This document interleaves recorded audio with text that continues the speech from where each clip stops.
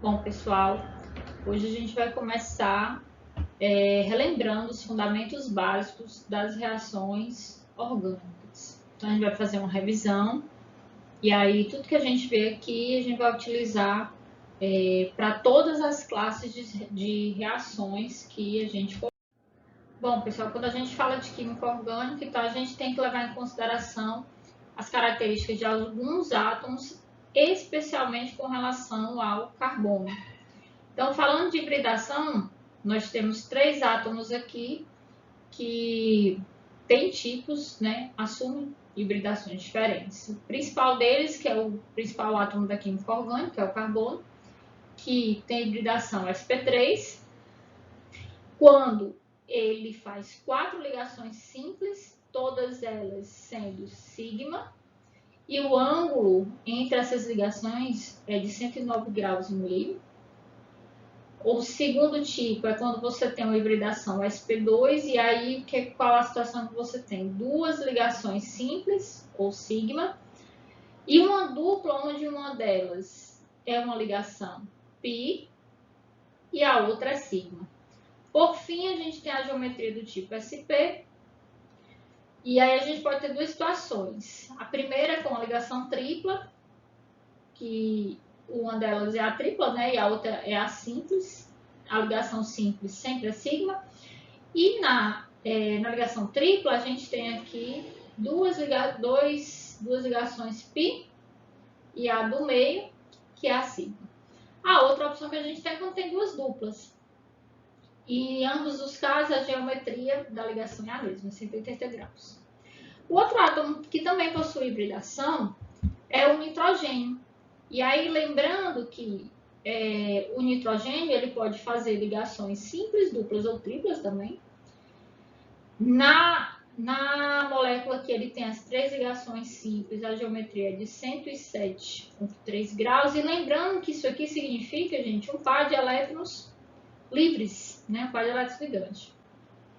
Você também pode ter que o nitrogênio faz uma ligação dupla e uma simples, e por fim, uma ligação tripla. Lembrando que a valência do nitrogênio é 3, né? Mas ele pode fazer até 4 ligações por conta desse parzinho de elétrons aqui no orbital. Por fim, nós temos o oxigênio, que pode fazer 2 ligações simples, e aí lembrando que a mesma situação aqui, a gente tem um parzinho de elétrons aqui e outro parzinho de elétrons aqui. 2 ligações simples, ou ele faz uma ligação dupla. Qual é a geometria, né? Nesses casos aqui do carbono, do nitrogênio e do oxigênio, a gente assume que a geometria é tetraédrica, exceto no caso aqui, isso para o carbono, tá, gente? Aqui no caso do oxigênio, a gente tem a geometria do tipo angular, e aqui a gente tem a piramidal. Para o carbono, a gente tem a geometria trigonal planar, e isso quando ele tem hibridação sp2. E quando ele tem hibridação sp, a geometria é linear, ok? Vamos falar sobre polaridade da ligação. É muito importante a gente falar isso porque ela vai direcionar alguns tipos de reações. Então, essa polaridade ela vai existir quando? Sempre que você tiver um carbono ligado a um átomo eletronegativo. E aí, o que a gente já sabe, né? O átomo eletronegativo, ele puxa o par de elétrons para ele atrai os elétrons. A carga negativa se concentra nesse átomo mais eletronegativo, e aí ele fica com uma densidade, né, negativa, de uma carga parcial negativa. E onde é menos eletronegativo, que está perdendo esses elétrons, vai ficar com uma carga parcial positiva. Então, daí o que a gente chama de polaridade, né? A gente está vendo dois polos aqui, uma carga parcial negativa e uma carga parcial positiva. Isso sempre vai acontecer quando você tiver aqui nessa situação, por exemplo, um carbono e 2 átomos, nesse caso o flúor, nesse caso o oxigênio, átomos que são bastante eletronegativos. Como essa polaridade é muito ou é igual ou é muito semelhante, a gente diz que essa ligação é apolar. porque não há praticamente diferença de dipolo. Então, o momento dipolar, ele é igual a zero, tá, gente? Isso aqui é igual. Ele é igual a zero na ligação apolar. Então, as eletronegatividades serão iguais, então a ligação ela é do tipo apolar. Vamos falar agora sobre os efeitos de indução. E aí os efeitos de indução, eles se dão através do movimento de doação ou de retirada de elétrons, né? Então, o que a gente tem aqui? Dois ácidos carboxílicos, a gente observa o ácido acético e o ácido cloracético. O que define um ácido, né? É essa perda desse hidrogênio aqui. Então, o que está acontecendo aqui, por exemplo, no ácido acético? Esse grupo, que é a carboxila, ele é um grupo que já é bastante eletronegativo e próximo dele a gente tem um grupo metila. Os grupos metílicos, grupos derivados de carbono, eles são grupos doadores, se eu consigo escrever, doadores de elétrons. Então, por isso que a gente tem esse sinalzinho aqui, né? Aqui a seta está indicando o quê? O fluxo dos elétrons. Então, ele está fortalecendo aqui, né, a carboxila, mas ele está aumentando a carga aqui na carboxila, a carga negativa, tá? Ok, vamos comparar com o que está acontecendo aqui no ácido cloracético. Eu substituí um dos hidrogênios da metila por um cloro. O cloro ele é um átomo bastante eletronegativo. E aí, o que esse cloro está fazendo? Agora está fazendo o efeito contrário. Aqui a gente tinha um grupo doador e aqui a gente tem um grupo retirador. Lembrem-se que o que define a força de um ácido é a facilidade com que esse hidrogênio é retirado ou é perdido.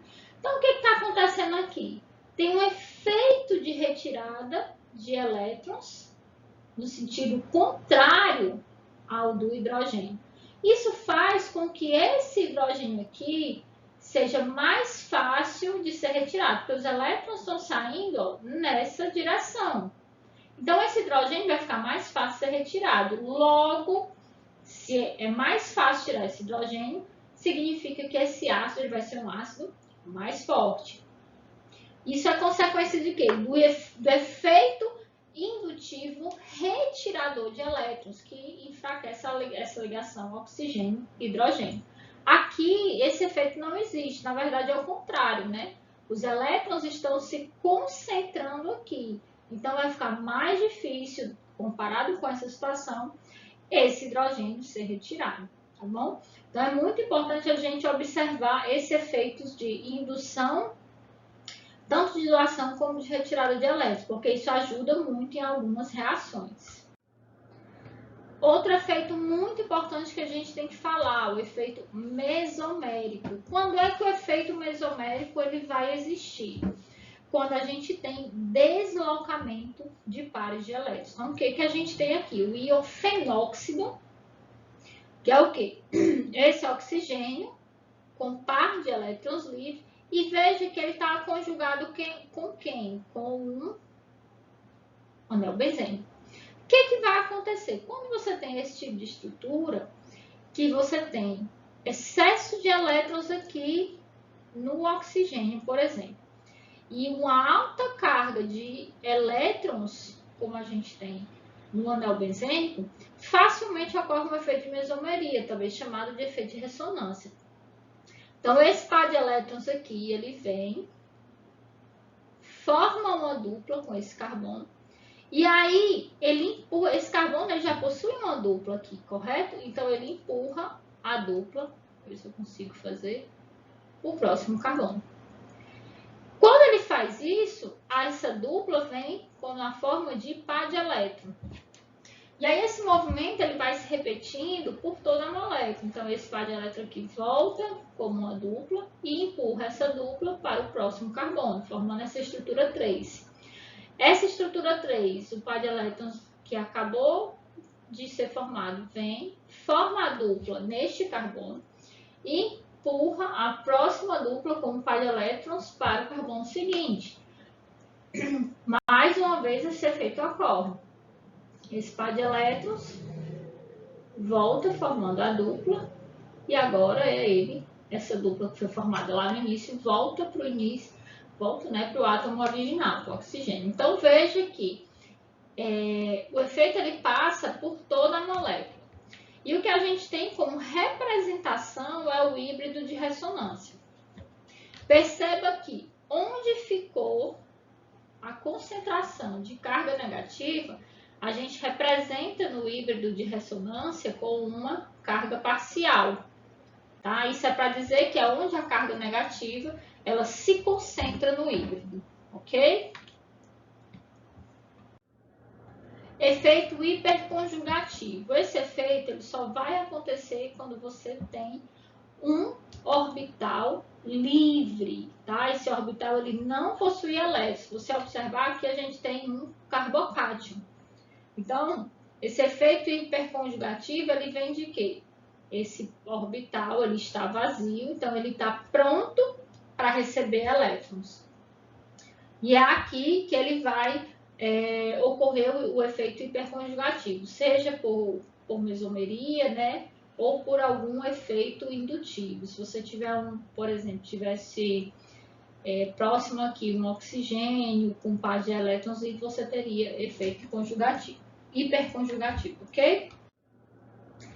Outro efeito muito importante para a gente discutir, efeito estérico. Muitas reações são impossibilitadas de acontecer por conta do efeito estérico, ou algumas não são impossibilitadas, porém elas ocorrem com muita dificuldade, principalmente as reações de substituição do tipo SN2. Então, o que a gente precisa entender? Que o efeito estérico está relacionado ao tamanho do átomo ou do grupo de átomos. E aqui a gente tem uma comparação muito bacana. O átomo que vai sofrer a reação é esse carbono aqui do meio, que está ligado, por exemplo, a um halogênio. Na reação, o que a gente tem? Um nucleófilo que quer se ligar nele. Quando você tem apenas 3 hidrogênios ligados nesse carbono que está positivo, então esse nucleófilo chega muito fácil. Por quê? Porque o hidrogênio ele é um átomo pequeno. A partir do momento que você tirou um hidrogênio desse e substituiu por todo esse grupo aqui, que é um grupo metílico, né? Isso aqui é um CH3. Quando você tira ele e que o nucleófilo quer chegar no carbono, ele já começa a ter um pouquinho de dificuldade, mas ele chega.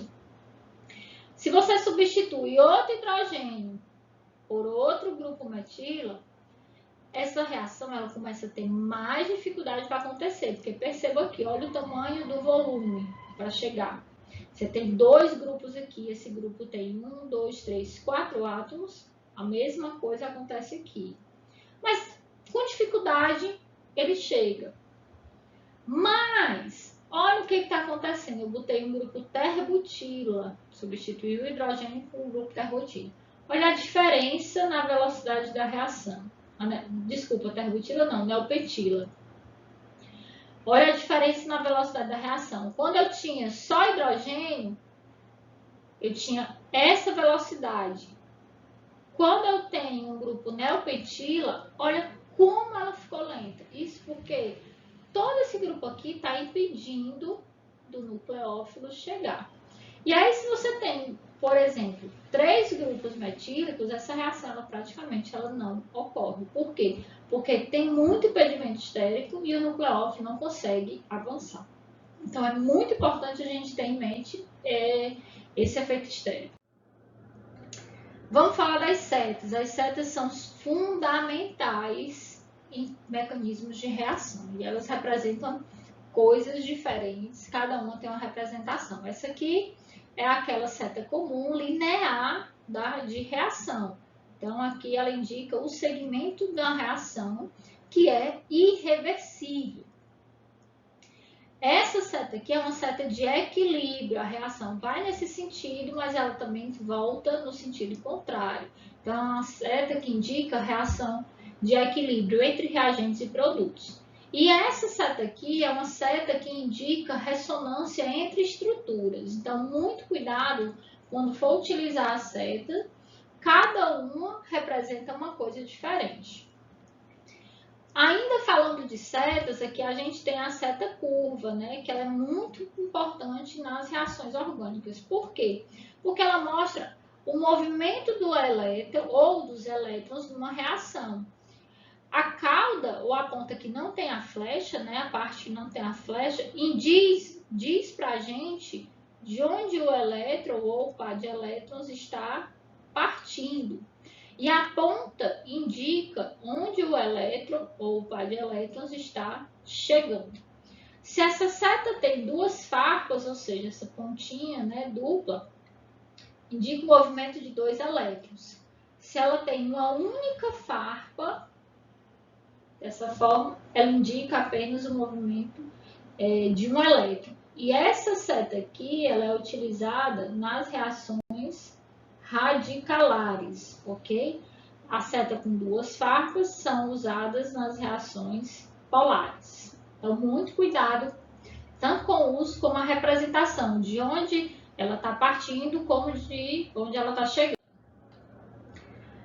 Classificando os tipos de reações. O maior grupo de reações que a gente tem são as reações polares, ou seja, setas que têm duas farpas.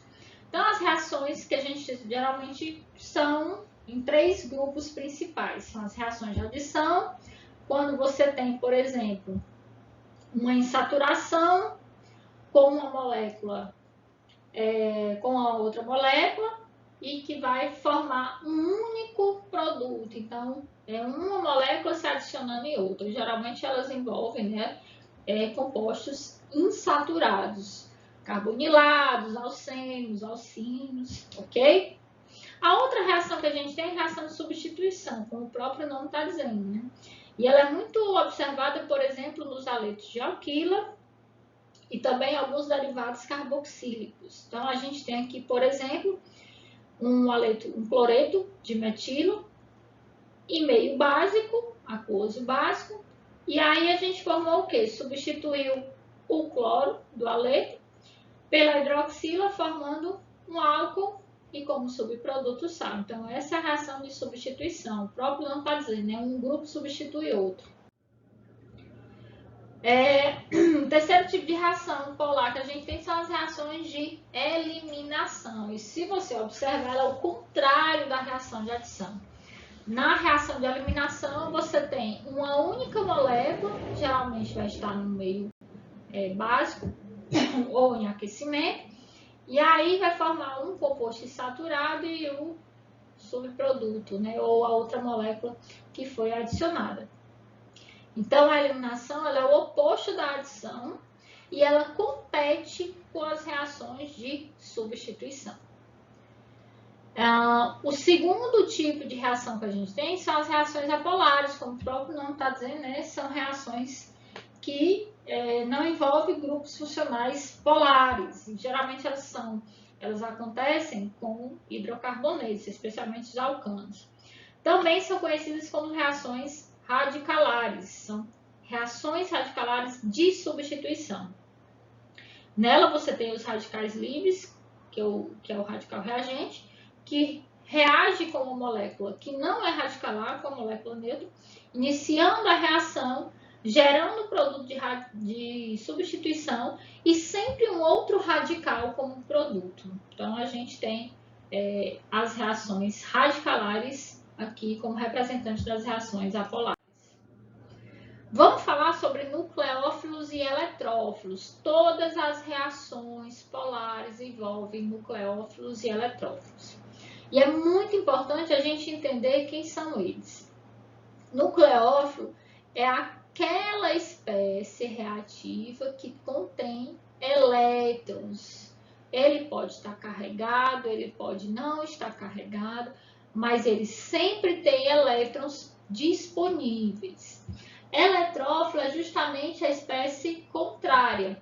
Ele está carente de elétrons. Então, ele tem um sinalzinho aqui positivo. Geralmente os carbocátions são os maiores, né, os melhores representantes dos eletrófilos. E aí a reação sempre vai ser no sentido do nucleófilo, tá? Um pontinho aqui, ver se eu consigo,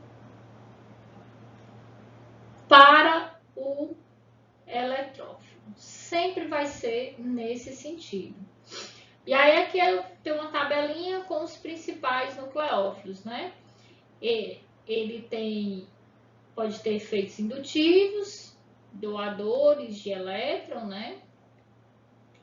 Pares isolados ou ligação pi. Então, quando você vê um alceno acontecendo, a reação com ele, já sabe que a seta vai sair de onde? Da ligação dupla, porque a ligação pi ela é rica em elétrons, ok? Se você tiver um par de elétrons livres na água, é um potencial nucleófilo, e ele é mais forte ainda quando essa água ela é desprotonada. Não estou conseguindo desenhar os pares aqui. Quando ela é desprotonada, ela fica com essa carga negativa, significa que ela tem 3 pares de elétrons. E aqui a gente tem o carbônio. Quando ele está ligado a um metal, então esse metal ele é perdido e o carbono ele vai concentrar a carga negativa, formando nesse caso o oposto do carbocátion, que é o carbônio. Como eletrófilo, a gente tem o maior representante, o carbocátion, que ele tem um orbital p vazio, ou esse carbono que está deficiente de elétrons. Então a gente tem essa situação aqui, ó, o nucleófilo vem, se liga nesse carbono e expulsa o cloro. Por quê? Porque ele está deficiente de elétrons por causa do cloro, o efeito indutivo retirador de elétrons do cloro, ok? Vamos falar sobre as quebras e formações de ligações. Se a gente tem 2 tipos de reações, que são as reações polares e apolares, a gente também tem 2 tipos de quebra e formação de ligações. Para as reações radicalares, a gente tem a homólise, que o próprio não está dizendo. Homo igual, lis quebra, né? Que é uma quebra igual.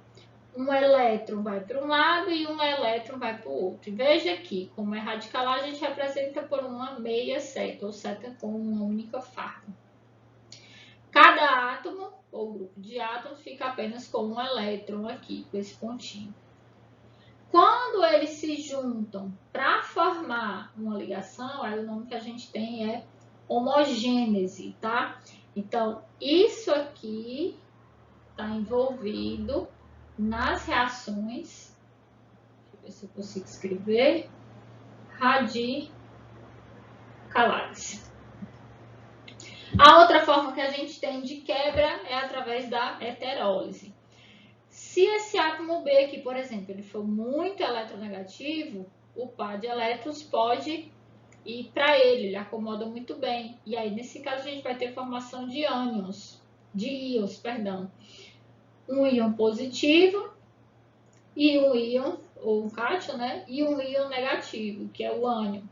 Isso é uma heterólise. A heterólise também pode ser realizada, pode ocorrer com um átomo externo. Por exemplo, eu tenho esse par de elétrons aqui no Y, e aí ele se liga nesse átomo aqui, por quê? Porque ele está mais positivo, ele está mais fácil de se ligar com esse, porque esse B está muito eletronegativo. Então, esse Y retira o A, se liga com ele, e o par de elétrons vem para o B. E aí a gente tem essa espécie formada e um nucleófilo aqui, ok? Quando ocorre o contrário, aí a gente tem a heterogênese, que é o nucleófilo se ligando com o eletrófilo. Então, tudo isso aqui de baixo, gente, ocorre com as reações polares, ok?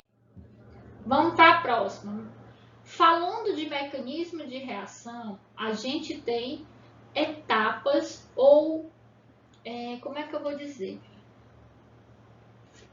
Fases fundamentais que ocorrem em qualquer mecanismo de reação. E aí aqui a gente tem um exemplo de uma reação que tem basicamente todas as etapas que podem ocorrer. Então, o que é uma transferência de próton? Aqui a gente tem um hidroxila, um par de elétrons, que vai ser protonado, ou seja, vai ser transferido um próton de um ácido, aqui do HBr, e aí lembrem-se que próton está relacionado a hidrogênio, então esse oxigênio retira o hidrogênio do ácido, e aí lembrando que o ácido ele é de um potencial doador de hidrogênio, e o par de elétrons vai para o bromo. Então a gente tem eliminação do íon brometo aqui.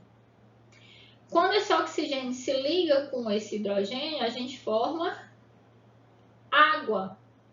E aí, a gente sabe que a água é um ótimo grupo de saída, porque esse oxigênio está com carga positiva, está com 3 ligações, e essa molécula ela é estável no meio, então facilmente essa ligação aqui, ela se rompe e libera a água. Essa também é uma coisa muito comum que acontece nas reações, que é a perda de um grupo de saída. E nesse caso a gente exemplificou com a água.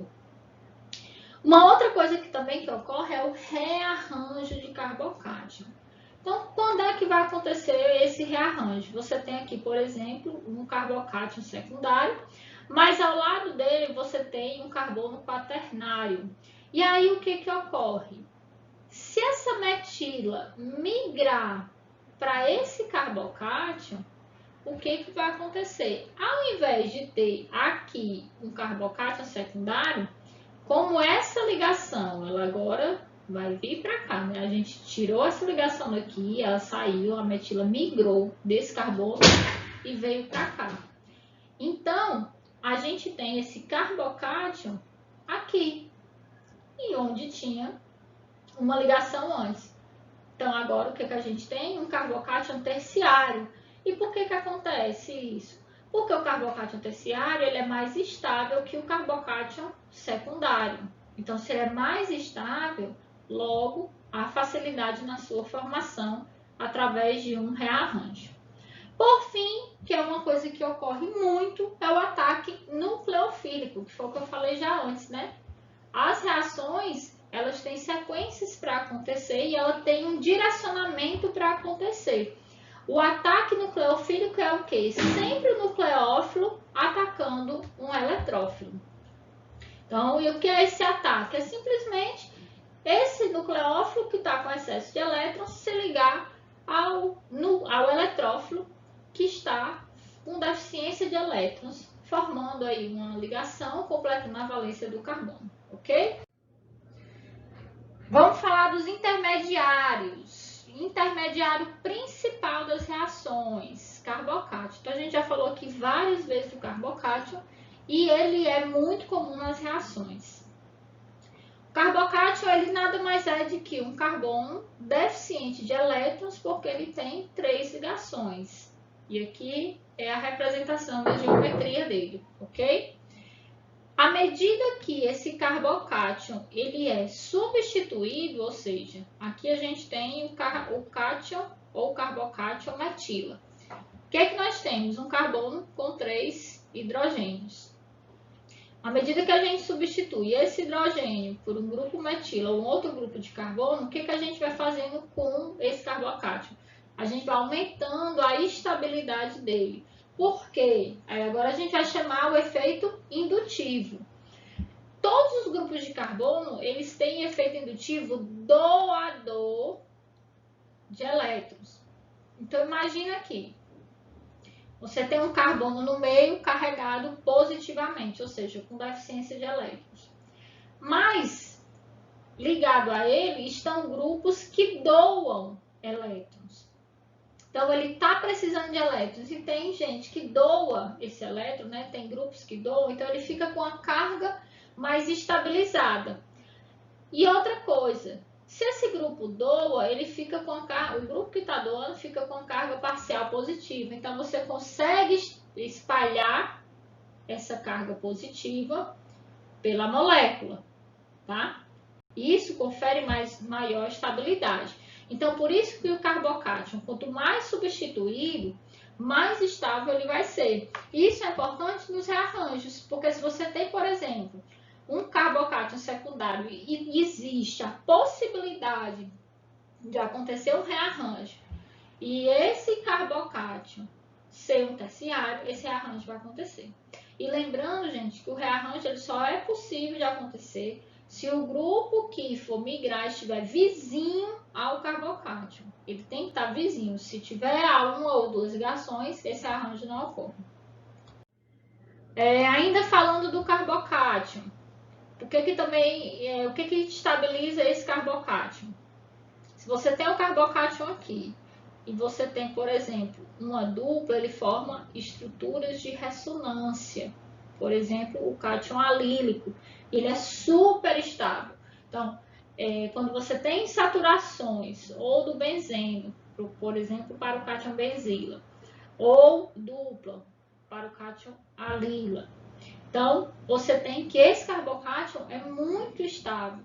Então, essas estruturas de ressonância, essa migração de elétrons que faz com que a carga fique se deslocando daqui para aqui, então isso confere estabilidade ao carbocátion, ok?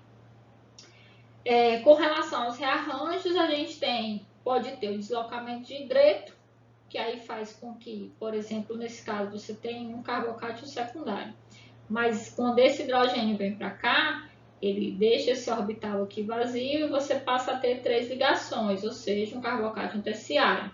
A mesma coisa pode acontecer com uma metila. Então, a metila se rearranja, se liga a esse carbocátion e aí você forma o carbocátion terciário.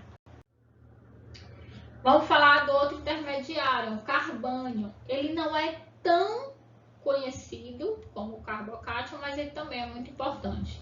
Então, o carbânio, ele não tem, ele tem carga negativa, ele tem um orbital, né, preenchido com um par de elétrons. Então, se você observa aqui, ele pode atuar como nucleófilo, mas a geometria dele é piramidal, tá?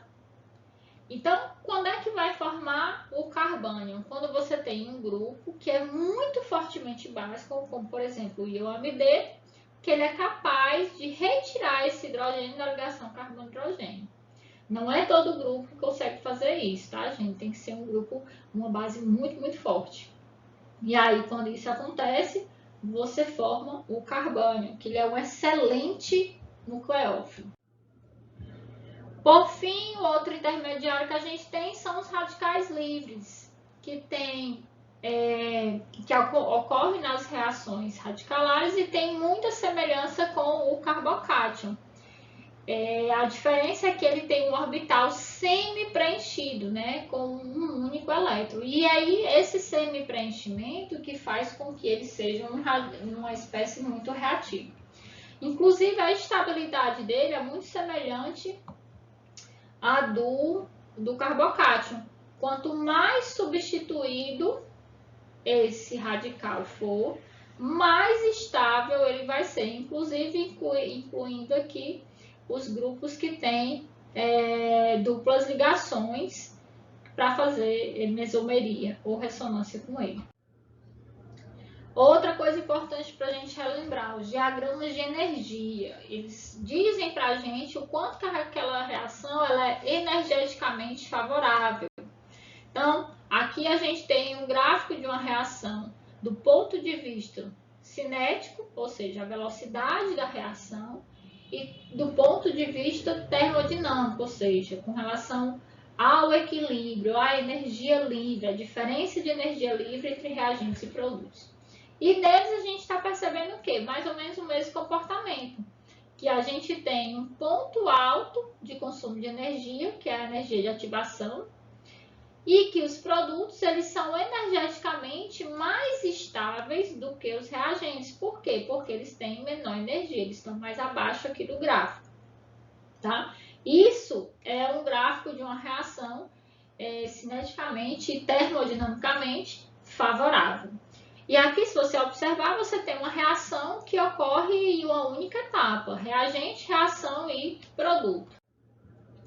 Aqui a gente tem um diagrama de energia com mais etapas de reação. Então, você observa pontos mais baixos, pontos mais altos, mas no final dela, o produto, ele é energeticamente favorável, né? Ele está mais aqui abaixo.